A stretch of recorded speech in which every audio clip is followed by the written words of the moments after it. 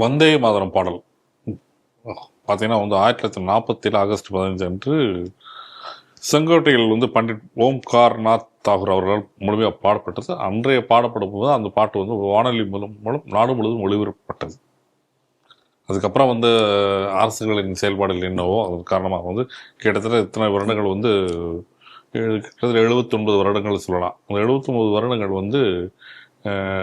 பாடப்படவே இல்லை சொல்லலாம். இன்னைக்கு 80வது வருடத்தில் நம் கொண்டாட்டத்தில் இருக்கிறோம்.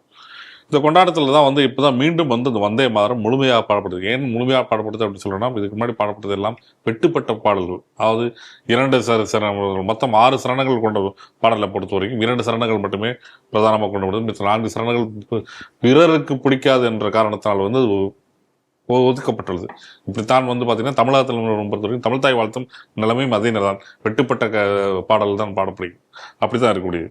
இது தொடர்பாக காங்கிரஸ் இன்னைக்கு இப்போ பாடப்படணும்னு ஒரு சட்டம் இயற்றப்பட்ட பிறகு காங்கிரஸ் தன்னுடைய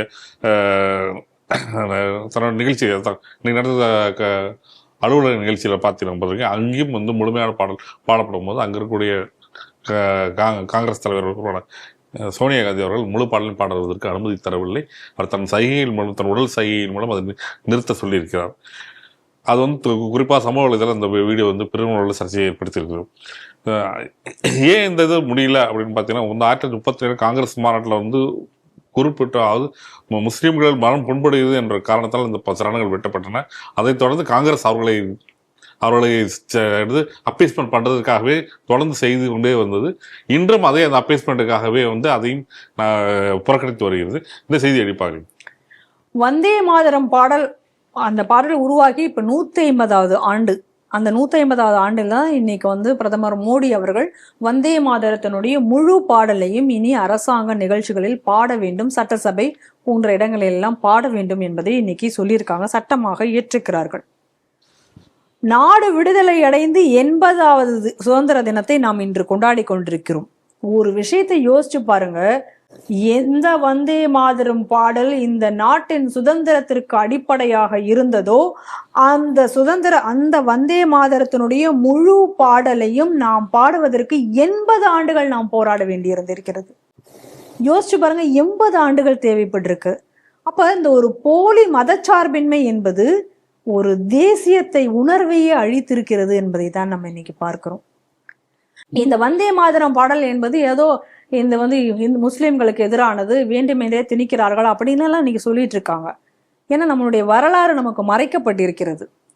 நம்மளுடைய முழு வரலாறையும் நாம படிச்சிருந்தோம் அப்படின்னு சொன்னா இந்த வந்தே மாதரம் பாடலை இன்னைக்கு எல்லாருமே ஏத்துட்டு இருந்திருப்பாங்க. வேணும்னா இந்த அடிப்படைவாத துலுக்கர்களை தவிர இன்னைக்கு அனைவரும் அந்த பாடலை ஏற்றுக்கொண்டு இருந்திருப்பார்கள். நல்லா நம்ம பார்க்கணும், 1905ஆம் ஆண்டு அப்ப கர்சன் என்கக்கூடிய ஆங்கிலேயன் கர்சன் என்ற ஆங்கிலேயன் வங்கத்தை 2ஆக பிரிக்க, அது மதத்தின் அடிப்படையால் 2ஆக அவன் பிரிக்கிறான். அப்ப அதை பிரிக்கும் பொழுது அதற்கு எதிர்ப்பு தெரிவிக்கிறார்கள். அப்படி எதிர்ப்பு தெரிவிக்கும் பொழுது நீங்க பாத்தீங்க அப்படின்னா அக்டோபர் 6, 1905 அப்ப ரவீந்திரநாத் தாகூர் தலைமையில 50,000 பேர் கங்கை கரையில ரக்ஷாபந்தன் கொண்டாடுறாங்க. இந்த வங்க பிரிவினை எதிர்த்து ரக்ஷாபந்தன் கொண்டாடி அதை மீட்கணும், மீண்டும் ஒரே வங்கமாக மாற்றணும் அப்படின்னு சொல்லி சபதம் இருக்கிறார்கள். அப்ப அனைவருமே அந்த வந்தே மாதரம் பாடலை அங்கே பாடுகிறார்கள். வந்தே மாதரம் என்று கோஷமிடுகிறார்கள், வங்க பிரிவினைக்கு எதிராக பிரகடனம் செய்கிறார்கள். அப்படிதான் இருந்தது. ஆனால் அது அப்புறமாக கொஞ்சம் கொஞ்சமாக பின்னாடி வந்த நாட்களில தான் இது மாற்றப்படுகின்றன. காரணம் என்னன்னா, இன்னைக்கு எப்படி இருக்கா காங்கிரஸ், அன்னைக்கும் அப்படித்தானே இருந்தது காங்கிரஸ் இன்னைக்கு. ஆனால் அன்னைக்கு தேசியவாத காங்கிரஸாக இருந்தது, இன்றைய அளவுக்கு இத்தாலி காங்கிரஸாக இல்லை, அது வேற விஷயம்.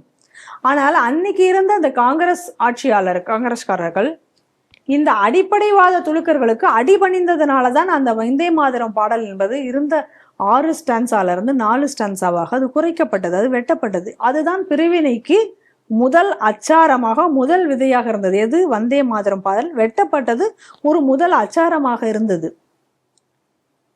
அப்போ இன்னைக்கு அதையெல்லாம் மீட்டு இன்னைக்கு நாடு முழுவதும் வந்தே மாதரம் பாடல் ஒழிக்கப்பட வேண்டும், முழு பாடலும் ஒழிக்கப்பட வேண்டும் அப்படின்னு சொல்லும் பொழுது தமிழகத்துல அதற்கு எதிர்ப்பு.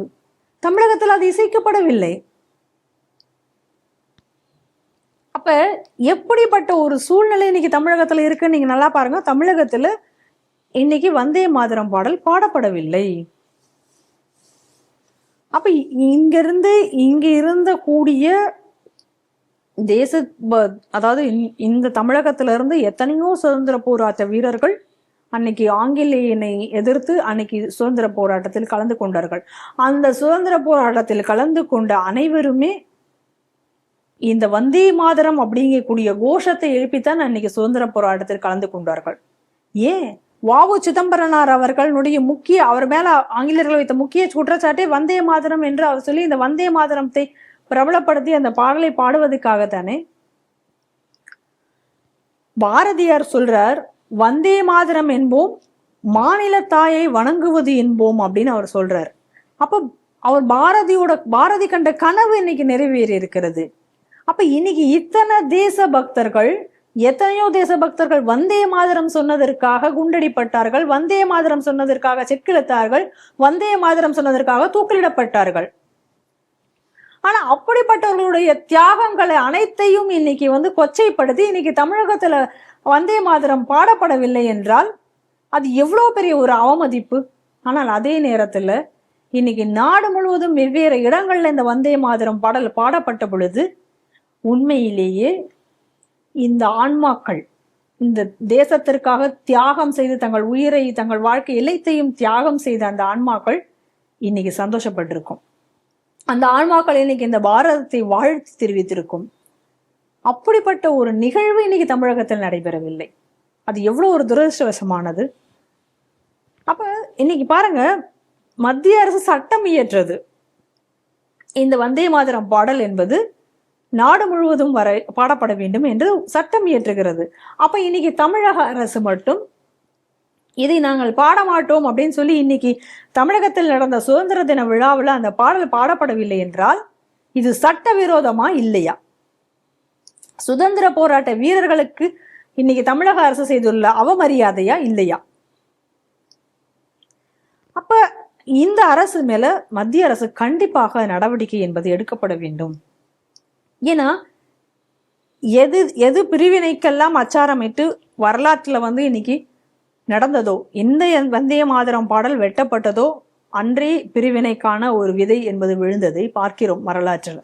அப்ப இன்னைக்கு இந்த வந்தே மாதரம் பாடலை நான் இங்க பாட மாட்டேன்னு சொல்லி சட்டம் இயற்றப்பட்டும் கூட அடிபணிந்து அதை பாடவில்லை அப்படின்னு சொன்னா அப்ப இது இன்னொரு பிரிவினைக்கான அச்சாரமாக இல்லையா? இது ஒரு தேச விரோதமான செயல் இல்லையா? இது சட்ட விரோதமான செயல் இல்லையா? இது அப்ப இந்த அரசின் மேல நடவடிக்கை எடுக்கணுமா வேண்டாமா? அப்ப இன்னைக்கு இந்தியா முழுவதும் இது இசைக்கப்பட்டிருக்கிறது அப்படின்னா இன்னைக்கு இந்தியாவுக்கு கிடைச்ச சுதந்திரம் அப்படிங்கிறது தமிழகத்திற்கு கிடைக்கவில்லையா? இல்ல தமிழகம் என்ன இந்தியாவிலிருந்து வேற ஒரு பகுதிக்கு மாறிவிட்டதா? என்ன நடக்கிறது இங்கே? அதனால நிச்சயமாக எல்லாவற்றிலும் கூட மத்திய அரசு பெரிய நடவடிக்கைகள் கடந்த ஆட்சியில நம்ம பல தடவை தமிழக அரசு மேல நடவடிக்கை எடுக்க வேண்டிய பல விஷயங்கள் இருந்தும் கூட அப்ப மத்திய அரசு பெரிய நடவடிக்கை என்பது எதையும் எடுக்கவில்லை. ஆனால் இந்த விஷயத்திலையாவது மத்திய அரசு மிக உறுதியாக நின்று இந்த அரசின் மீது நடவடிக்கை எடுக்க வேண்டும். இதை எந்த ஒரு தேசபக்தர்களாலும் ஏற்றுக்கொள்ள முடியாத செயலாக இருக்கிறது. நல்லா பாருங்க, இன்னைக்கு செய்திகள் சிந்தனைகள்ல ஆரம்பிச்சதுல இருந்து கடைசி வரைக்கும் நம்ம தமிழகத்தினுடைய செய்திகள் தான் மாற்றி மாற்றி நம்ம இன்னைக்கு முழுமையாக பேசியிருக்கிறோம். அப்ப அந்த முழுமையாக நம்ம இன்னைக்கு பேசியிருக்கிற பொழுது தமிழகத்தினுடைய சூழ்நிலை என்ன என்பதை மிக தெளிவாக இன்னைக்கு நமக்கு எல்லா செய்திகளிலும் தெரிகிறது. ஒண்ணுதான், பிரிவினைவாதம் என்பது தெளிவாக இன்றைக்கு தெரிகிறது. நீங்க செய்தியை சொல்லும் பொழுது சொன்னீங்க, காங்கிரஸ் மாநாட்டில் அதாவது காங்கிரஸினுடைய அலுவலகத்துல இன்னைக்கு சுதந்திர தினம் கொண்டாடப்படும் பொழுது முழு வந்தே மாதரம் பாடலை பாடுவதற்கு சோனியா எப்படி எதிர்ப்பு தெரிவிச்சு கோபத்தை காமிச்சாங்க அப்படிங்கறத நம்ம பாக்குறோம். வந்தே மாதரம் பாடல் பாடிக்கொண்டிருக்கும் பொழுது அவர்கள் இந்த மாதிரியான உடல் மொழிகள் செய்கைகளை எல்லாம் செய்தனாலும் அந்த வீடியோவை பார்த்தேன்.